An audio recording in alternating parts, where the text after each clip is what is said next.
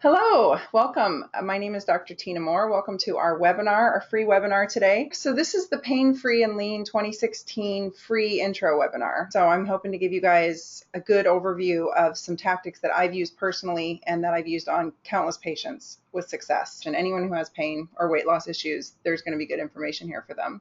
So thank you for joining me today. I've got my assistant and the personal trainer of my clinic, Hannah, Kelly. She's going to come say hi. So she's going to be assisting today. She's going to shine some light on some of these subjects for us and give us the expert opinion and view. So this is my clinic, and this is me with my favorite thing, the barbell. It's my therapy. I'm Dr. Tyna Moore. A little bit about me. I am a naturopathic physician and a chiropractor as well. What that means is, what does a naturopathic physician do? I get that question a lot. And really all it is the clinical application of common sense. That's how I describe it to people. Naturopathic physicians are trained in a 4-year medical program, and many do residencies, and we are board certified in various states throughout the country and throughout the world. We are different than, there are people who call themselves naturopaths who are not board certified and they've done some kind of online program. Do not confuse the two. We are actually physicians. In the state of Oregon, I have full ability to prescribe, to do minor surgery, all kinds of things. What we strive to do is find the root cause for patients. We're looking to figure out why a patient is presenting the way that they're presenting. So, for example, asthma is a big one. Do you need an inhaler if you have asthma? Likely you might need to use an inhaler. But what I'm interested in as a naturopathic physician is why your body is causing you to have these symptoms. So why are your lungs clamping down on you? What is going on with your immune system that's causing that to happen for you? I'm also an avid strength training person. I love lifting weights. I love doing Pilates. I love working out. I have a very strong rehab background. As a chiropractor, we're trained very well in rehabilitation, and I have a Pilates certification in rehab. So we do a lot of that around here. I've helped thousands of patients over the years. My education is really unique, I feel, because I didn't just do one 4-year medical program and then do the other. I did them concurrently. And so when I was learning about disease processes, I was learning them from both sides.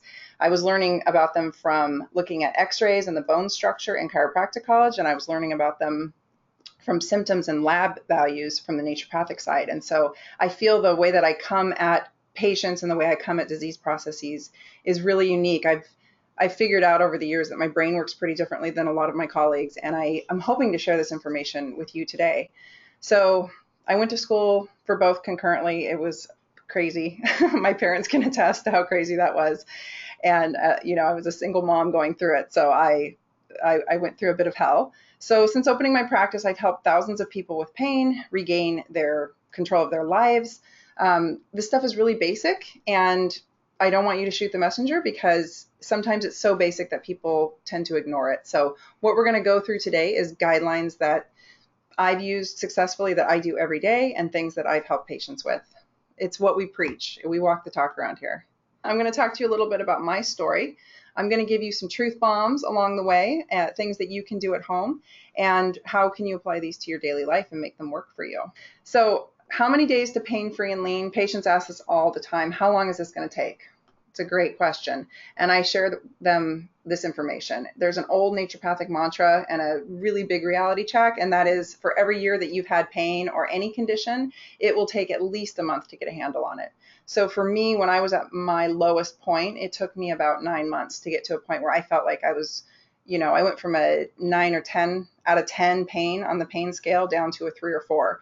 And got it under control and manageable. And that's not to say it doesn't flare here and there, but I know how to handle it now. I know what steps to take. But the important thing is that it can be done. People do not need to live in this. People get caught up in their pain, and they get caught up in their stubborn weight gain they can't get off, and that's their story, and that's how they identify, and they don't feel like there's any hope. They feel like that is just the downward spiral, and they're going to persist that way. So it can be done. Don't give up on yourself. And we hope to be cheerleaders for you and get you motivated. So it all starts with a story, and I'll share mine with you a little bit. I was a very sick kid. I started out as a very sick kid. I was strong. I was a gymnast, but I had all kinds of immune stuff going on. I spent a lot of time in and out of specialist offices. I got to know doctors very well.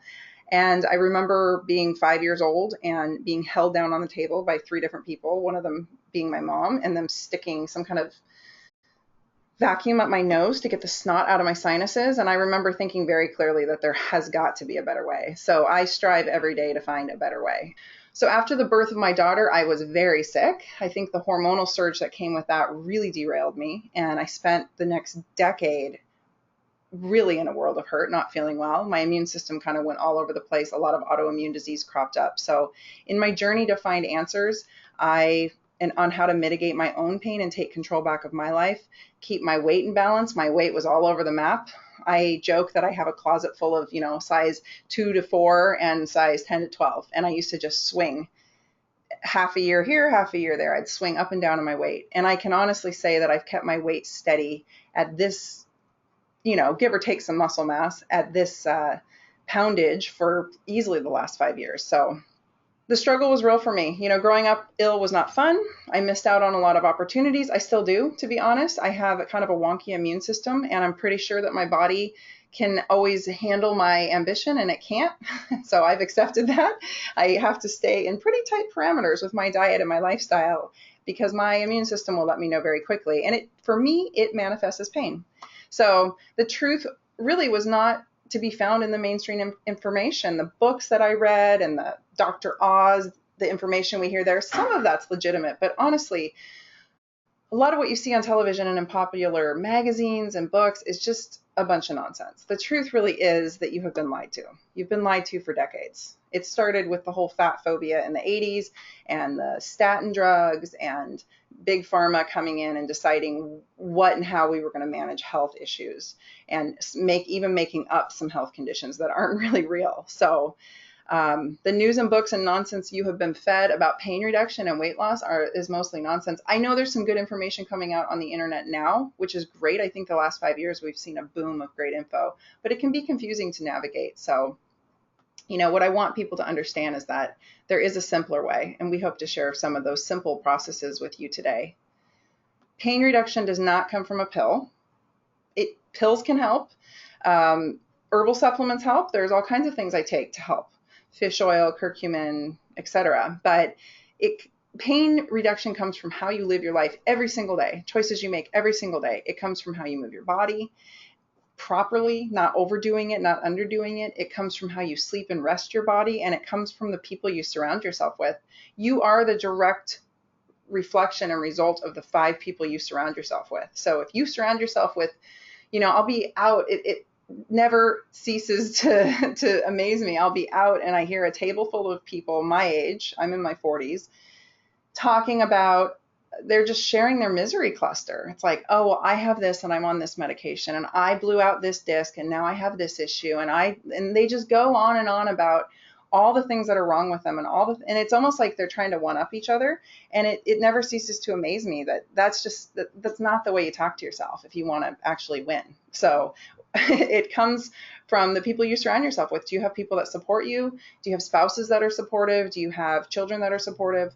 That is really what makes or breaks people's success with this. So ironically, fat loss comes from the same places. It's the same process for inflammation. It's the same process for brain disease or heart disease. So go figure. It is actually that simple. The tools that you use to reduce your pain are the same tools you use to reduce your fat. This is me doing Pilates a couple years ago and upside down push-up on the chair, which I love. So don't wish for it, work for it. That's the key. You have to work for it, and you have to work for it every day. And you have to surround yourself with people who will motivate you. So Hannah and I work together, and we are constantly motivating each other. We're constantly keeping each other honest and in check. We can only give you the information. I can't hold your hand. I can't do it for you. So you have to do the work. You have to put in the time. You have to make the changes in your lifestyle. So truth bomb number 1, it has everything to do with your diet. And I don't have time to get into how to eat properly exactly. So I'm going to give you the quick and dirty overview. Your food pyramid that we've been looking at for decades is wrong, with the 11 servings of grains and, breads, etc. And then at the very top, the tiny little fat square or triangle, flip it on its self, that's actually how you should be eating. Refined carbohydrates, not fats, are the real problem. Studies came out this year, finally, I never thought I'd see it in my lifetime, but finally proving that fat is not the enemy. Cholesterol is not the enemy. In fact, you make all your hormones out of cholesterol. So sugar is Satan, flat out. Sugar is inflammatory. It's bad news. Refined carbohydrates basically break down into sugar. So those two, get them out of there. And then fat is your friend. The fat phobia we have, and this is probably the biggest paradigm shift for my patients. I watch the two lobes of their brain fight when I tell them this, but healthy, non-inflammatory fats, you got to eat a ton of them. Fat keeps you thin, honestly. High fat diets are the way to go for brain protection and for keeping your body composition in check. So what if I told you that your pain had everything to do with your food choices? And that is the truth. This is 99% of the problem. So quick overview. Eat this, not that. I love that book. Like, that's the worst book because the information's completely wrong. It was a good effort, but when you read it, it's like, no, actually, you shouldn't eat most of the things he's suggesting. But what you do want to do is focus on things you can eat. And if you eat those in good quantities to fill yourself up, you won't have room for all the crap and the junk and the refined carbs. So my goal is to give my patients things to eat, not take away things. Grass-fed, hormone-free meats and dairy is going to be a huge part of it. I would say somewhere between, ratio-wise, I just tell people to go, if they're trying to build muscle, and a lot of patients are protein starved, honestly, and that's why they hurt. We see a lot of women in here in particular that are postmenopausal and have just been self-starving. They eat like a chicken breast a week and they hurt from tip to toe, and putting a needle in them is not a good idea. What I try to do is get them to eat, and this is going to sound like a lot, but as a goal, most people can't achieve it. I even have a very hard time, is a gram of protein per pound of body weight, which seems like a lot. A chicken breast is about 30 grams. So put a chicken breast on your plate, put a bunch of leafy greens on your plate, get some good healthy fats. That's your meal.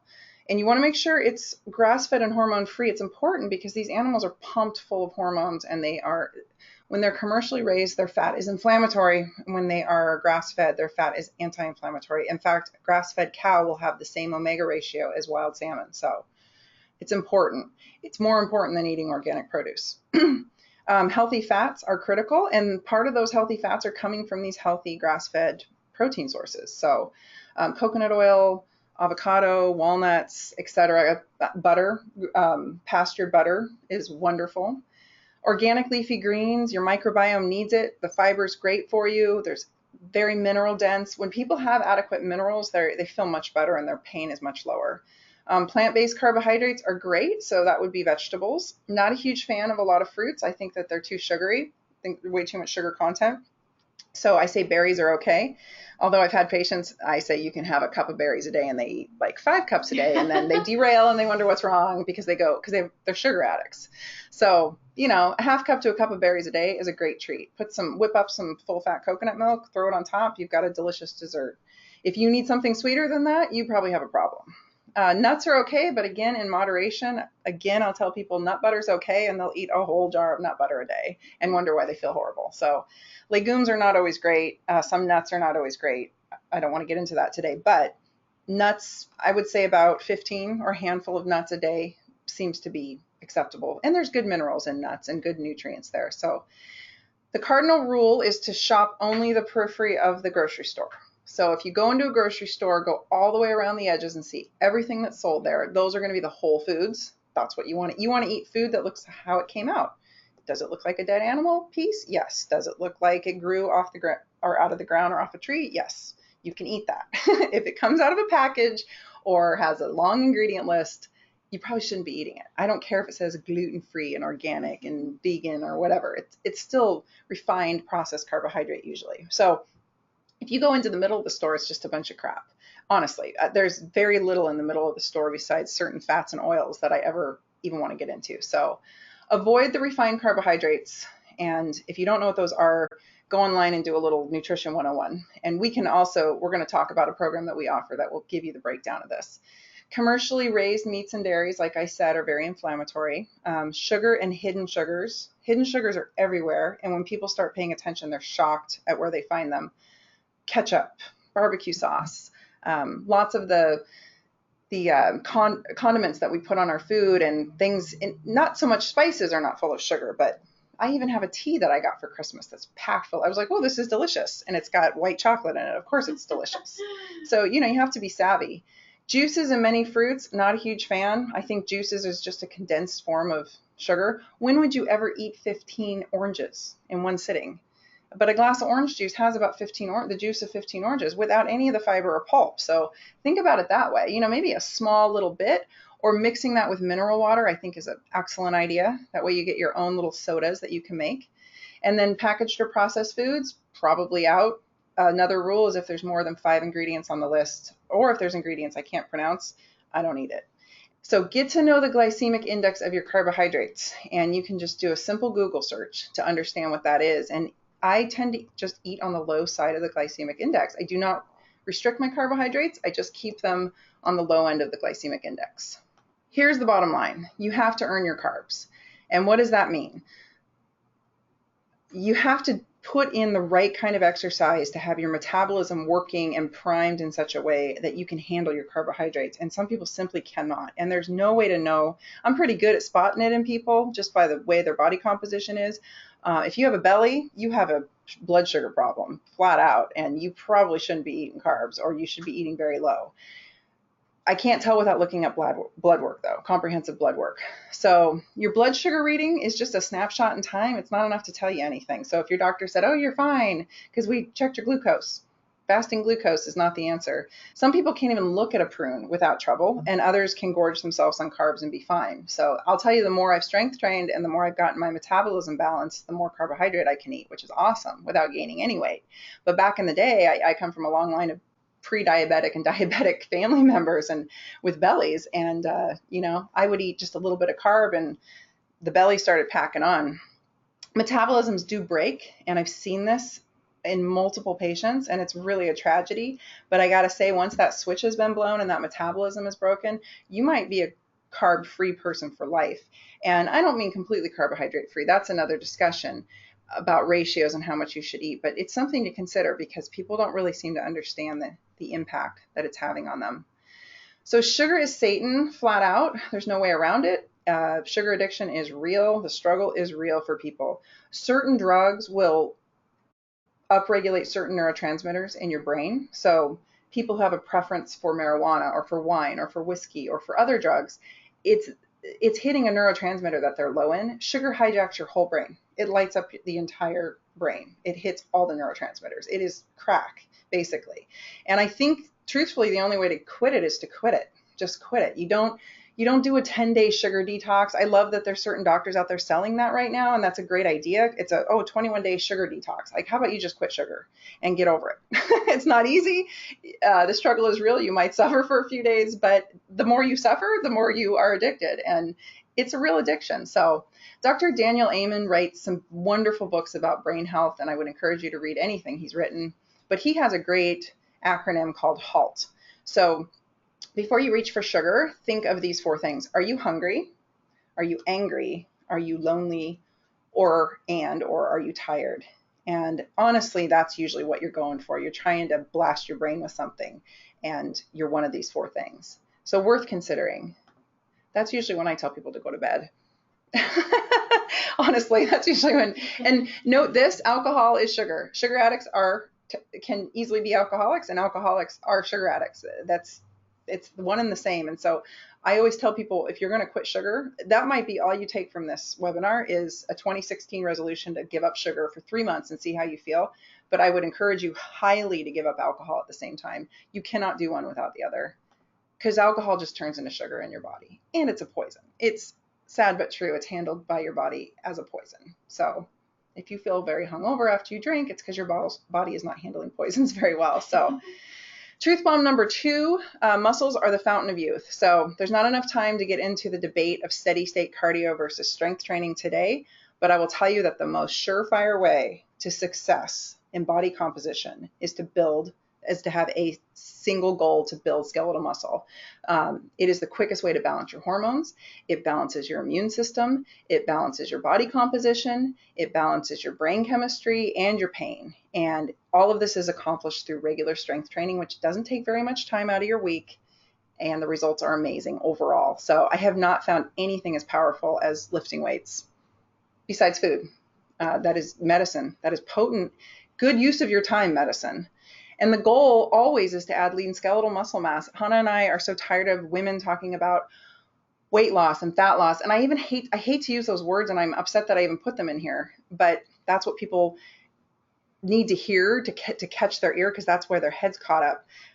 We really focus on strength gaining. We just want people to get strong and build muscle mass. And when you do, your body composition changes and you lose weight. You know, you build muscle and the fat starts burning off by itself. Yeah, and I'll just chime in. So with training, people would always, and I mean, I do too, I get really frustrated when like I'm not seeing any changes. But they do come. You have to be consistent with it, and it takes time, just like healing takes time. Yeah. And the more muscle you have, the more fat you're going to burn. And then for me personally, once I started focusing on actually gaining strength rather than losing weight, all of a sudden, all of my goals, I was able to achieve them just because I switched my focus. So sometimes that's all you need to do. You just need to switch your focus, and then all of a sudden you're going to love the way you look and feel. Yeah. So it's important.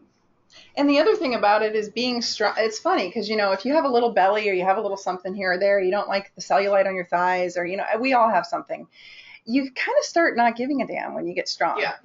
You build some muscles and you bust out some pull-ups and push-ups, and you are so much, you know, I used to be this scrawny little skinny fat girl who had no strength at all. I spent decades that way, and all I did was hurt and hurt and hurt, because when you have no muscle mass, you're hanging off your ligaments and tendons, which are highly innervated. That is probably what's wrong with the bulk of most of our patients, I would say, is they come in and they're completely deconditioned, and they're hanging off of their spine and their joints. So their joints are starting to fall apart.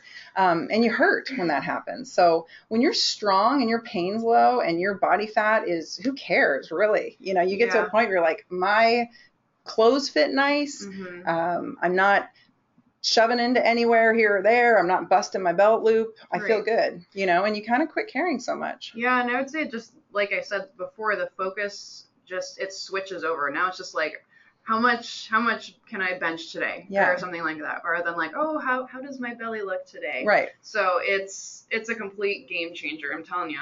And it's as much mental strength as it is physical strength. So the beauty of all this is that muscles eat fat. So when you strength train, you get what's called afterburn, and those muscles, the more muscle you build, that muscle burns fat for hours and hours and hours after you do your workout. So you're getting the benefit of the workout, but you're getting the afterburn for hours. When you do cardio, the only benefit you get is during that time period of doing the cardio.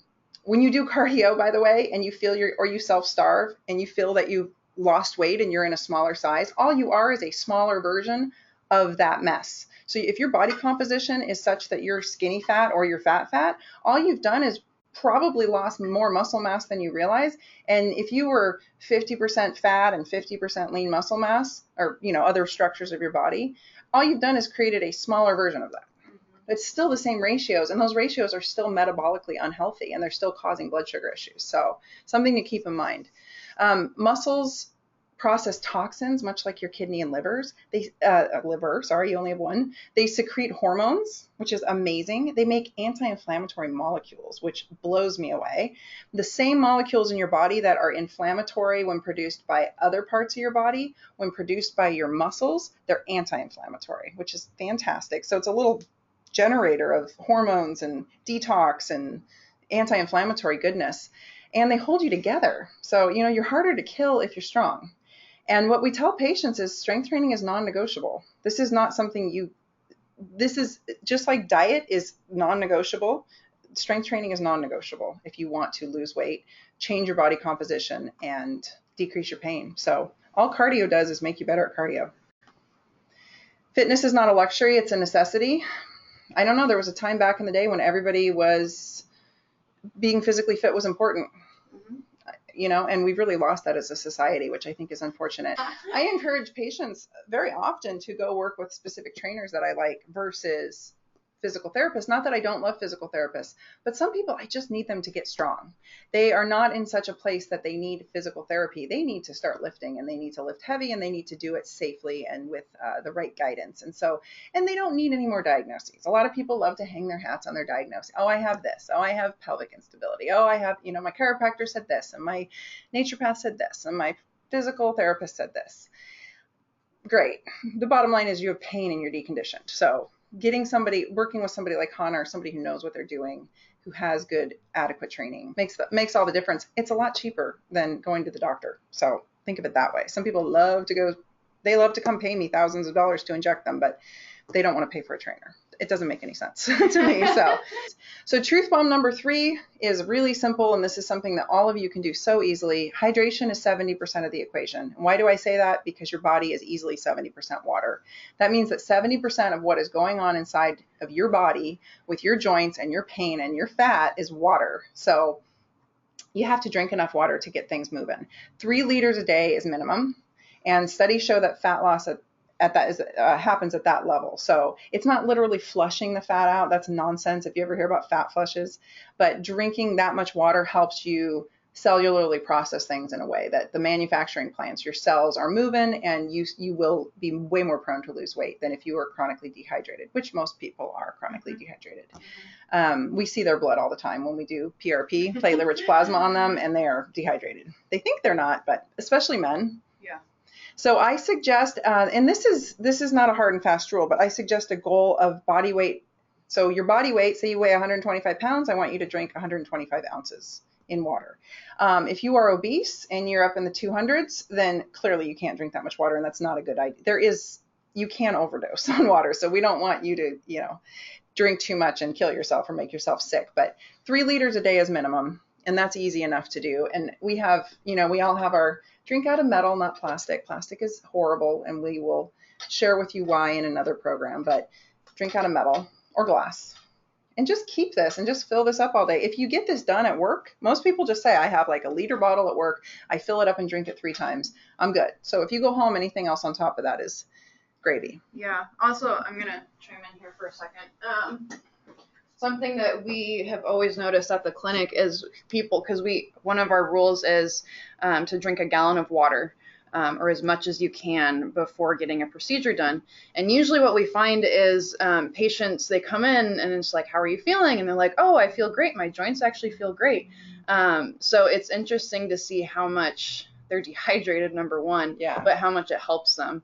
Dr. Tyna, you can probably explain just a little bit more about the cartilage and stuff. I think that's my next slide. Here's your little water friend. Print him off and put him on your wall. Hello, friend. You should drink more water. So here's the deal when it comes to pain. Your joints need to be juicy, and this is what Hannah was alluding to. So your cartilage, which is your cushion in your joints, is a proteoglycan layer. What that means is it's gel, and it's mostly water with some sugar molecules in there holding it together. It's a gelatinous structure. So think of a sponge. If you watch SpongeBob and you've seen him dry out, you can't function. We love SpongeBob. Yes, we do. So it's a gelatinous structure.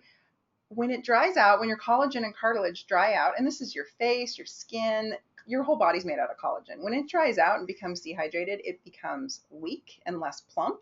If we're talking about cartilage, it actually starts to wear away way more readily than if it had the integrity of being that watery gelatinous cushion. So, cartilage is basically a gel layer, and you need to hydrate a gel layer to keep it as a gel. When people come in and say, I'm bone on bone, first of all, they're not alone. Everyone who comes in here is bone on bone. They wouldn't be here otherwise, because we specialize in regenerative injection therapies. But half the battle is just getting them hydrated, and it makes like she said, it makes an amazing difference. So thinned out, dehydrated collagen and cartilage hurts, and it degenerates faster and causing painful joints, saggy skin, and wrinkles. So if you want an anti-aging ticket, lift weights, eat clean, and drink enough water. It's very simple. And FYI, alcohol and sugar, back to the sugar is Satan, they dry out and damage your collagen and cartilage more quickly. So if you're drinking a lot and you're eating a lot of sugar, and I would say 50% of the people who walk in this door are sugar addicts, at least 50%, if not more. But I call them out on it. I can see it under ultrasound. I can see by looking at their tissues what they're eating, if you can believe it. So, okay, truth bomb number 4. Sleep is everything. This is something that is completely in your control, and it is everything. Without sleep, none of the other things work. Nothing else works. Adults need 7 to 8 hours minimum. And children, we are really depleting our children of sleep. They need 9 to 11 hours minimum. So it's hard to do. I have a struggle, the struggle is real, and I encourage everybody to just try to set it aside. I have the vampire syndrome. I wake up, if I stay awake past 10 or 10:30, this happens to a lot of people because of your neurotransmitters, the way that you're wired individually. You suddenly get very creative and an energy surge, and then you're up all night. So getting to bed before that witching hour is critical, and it'll make a huge impact on your pain. One of the things I first started doing as a student in school was getting people to sleep. I would drug them with herbs. I would use some kind of herbal sleep remedy, which we have several we love here. And I would have them put on an eye mask and earplugs and kick everybody out of the room, tell them to go sleep in a different room. And after 3 to 4 nights, complete change in their pain patterns. So that's something you can do and share with people that makes a big difference if people are getting enough sleep. And if they're not, 1 to 2 to 3 nights of sleep deprivation, and things start getting weird for people. So there's no getting around this. You can't cheat on it, and you can't make up on it. So your room needs to be dark and quiet. There's a whole sleep hygiene thing that we tell patients, and we have programs for that too that we'll discuss. It needs to be dark and quiet. It needs to be like a tomb. So sleep is your best friend and ally. It's such a powerful medicine. Lack of sleep has been linked to conclusively obesity, diabetes, chronic pain, depression, prone to accidents, cancer, and early death. And I think about several of my friends who are construction workers, and they are up at the crack of dawn, and they're going to bed late at night, and they're working with machinery and big things, and I can't imagine that that's safe. So accident prone and any of you who have had children know the struggle is real after about a month of sleep deprivation with a newborn and you're hallucinating. Here's your to-do list. Quit sugar. If that's all you do in 2016 is lay off the sugar, you will be amazed at the changes that you see. And I would encourage you to include alcohol with that. Really focus on eating more healthy fats and proteins, and I'll add leafy greens to that. Focus there. You won't have enough room in your stomach to radiate towards the crap that you shouldn't be eating. So start weight training, strength training 3 to 4 times a week. That might be a little much for you. You might do 3 times a week for 20 minutes. And there are so many great videos out. And you can start with dumbbells. You can start with body weight. We are going to share with you a program where we actually start you with the very minimum basics so that you have enough core integrity that you can stand up and start doing body weighted movements. So consider that as and the sanity that it brings. It's truly therapy. I mean, without it, we are not nice people. You get a great dopamine and GABA boost, and you feel good for days. So drink your body weight in water if you can. If you're, over 150 pounds, that's probably asking too much. So at least get your 3 liters in. And then set up your bedroom for proper sleep and schedule proper sleep time. The bedroom is to be used for sex and sleep. The bedroom is not to be used for watching television or watching upsetting news late at night or MMA fights late at night. It is for sleeping or sex. It's not a hangout room. It's not have all the kids come in and I know people love to have their kids in their bed with them, but sleep is the key. And that's what the bedroom's for. It should be your oasis. Yes, it should be your oasis. So it takes 90 days for me to see changes on labs. Period. I don't test earlier than that. I also see that it takes 90 days for people to see changes in their body composition once they start strength training. So they will start to actually gain muscle under that fat layer, and they will physically get bigger, and they get very discouraged. I did it. I was bulking up. I was not happy about it. I just kept getting told by Hannah and by my trainer to trust the process. And eventually at about 90 days, whoop, the fat layer just burns off. And all of a sudden you have a waist. And I have a waist for the first time in my life. I've always, carried my weight in my abdomen, and you create shoulders and glutes, and it looks like you even have more of a waist. So it takes 90 days for both. So give yourself time and patience. We have a 4-week program we're going to share with you to get you started. And I think that that's critical to get on the road, but you got to trust the process and give yourself a few months. People give up much too quickly when they don't see the changes that they're looking for in a short amount of time. Healing takes time. Changes take time.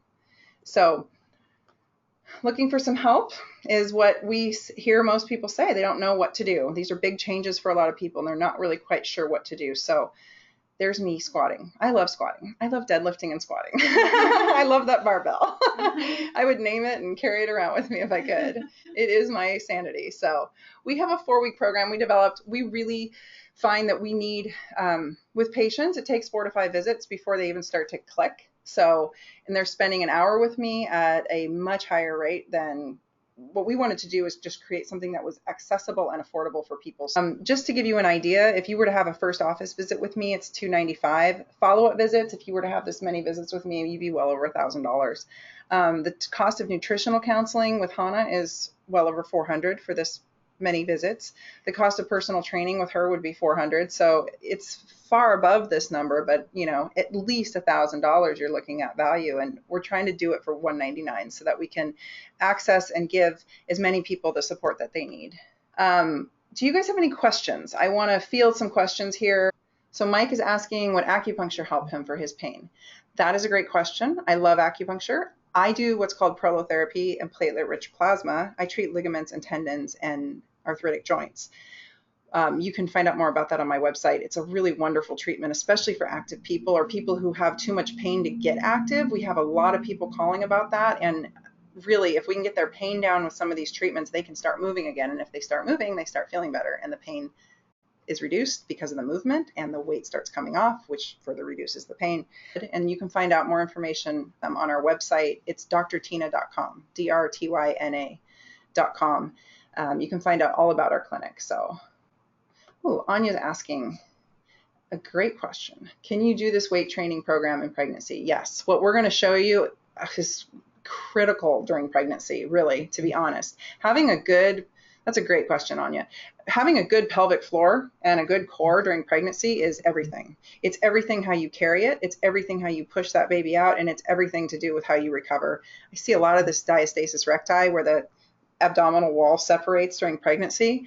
I really want to blame, in most cases, I know that it does happen to very fit women as well, but I want to blame a lot of that on deconditioning.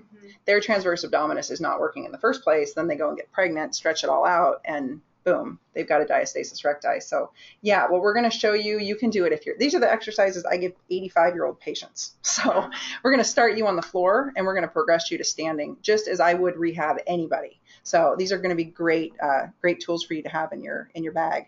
So let's see. Oh, another question somebody asked, let's see. I'm getting a couple of them here. So when you're counting that water, the 3 liters of water, they want to know, do other beverages count? And I would say no. Yeah. So the bottom line is we recognize that this is hard. We recognize that this can be really overwhelming. I've met lots of people who I give them just this information in a nutshell, and they are looking at me like I am an alien. It's very overwhelming information for a lot of people. We are here to help. We are here to be accountable to you and to help walk you through this. And that is why we created this low-cost webinar series, because we want a lot of people to be able to access it. So we hope you'll join us. We hope that if you have interest, you'll ask us questions. You can email us. The email's on the website if you want more information about the program. But you know, we've helped countless patients one-on-one, and we're really trying to reach out and help people en masse at this point. So do you have anything to add? No, I think that's it. Okay. Yeah. Cool. All right. Well, thank you so much for joining us today. And we had a great time. Hannah's going to come say goodbye. I really feel like I'm in a sitcom. We need different camera angles. So, okay. Thank you so much, and happy 2016. If you need help, we're here. Goodbye. Peace out.